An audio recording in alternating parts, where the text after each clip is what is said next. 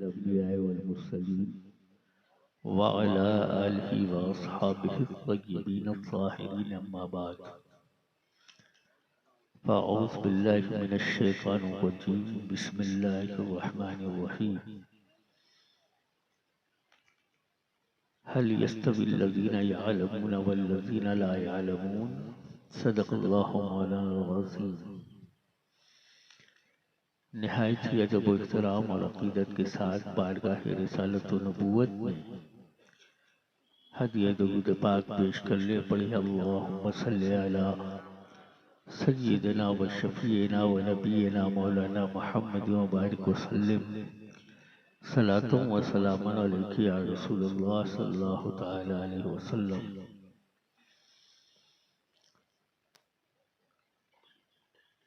حضرت قاری عرفان صاحب و حافظ محمد افضل قادری صاحب، ساتھی مفتی مدثر صاحب، ان کا تہہ دل سے مشکور ہوں کہ مجھ فقیر گنہگار کو دعوت دی اور بڑی محبت سے بلایا۔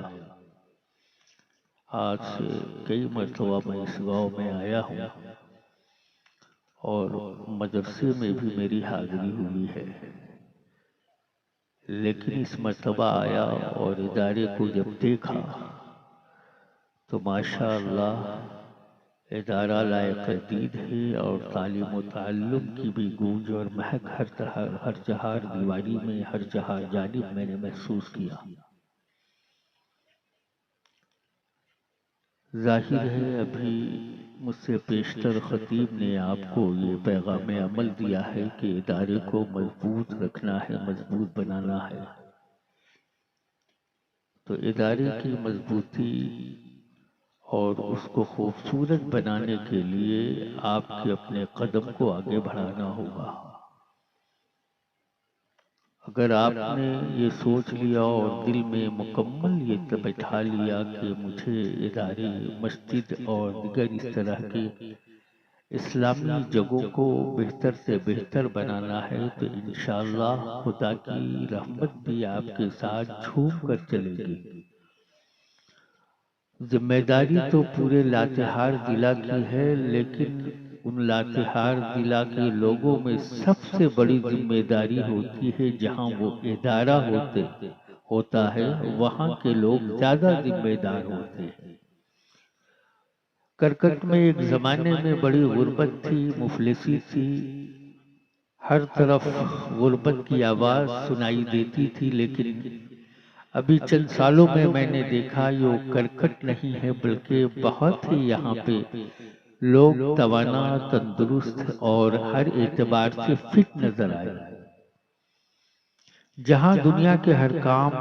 آپ آسان کر رہے ہیں، ادارے کے کام کو آسان نہیں کر پاتے۔ ادارے کے جو مشکلات ہوتے ہیں اور جن راہوں سے انہیں گزرنا پڑتا ہے وہ اب تک میں محسوس کرتا ہوں کہ وہ اب تک ہے۔ تو بس یہ فقیر آپ کو یہ پیغام عمل دے گا کہ جس طریقے سے دنیا کے تمام کاموں کو آپ کر رہے ہیں، تھوڑی دیر کے لیے ادارے کے لیے سوچ لے تو انشاءاللہ یہ گلشن علم مزید تر و تازہ نظر آئے گا۔ اور ضرورت اس بات کی بھی ہے کہ اس علمی گلشن کو اچھے ڈھنگ سے مزید اصول کے تحت چلانے کے لیے جو عہدیداران ہیں انہیں بھی کچھ سیکھنا ہوگا۔ جہاں تک ہمارے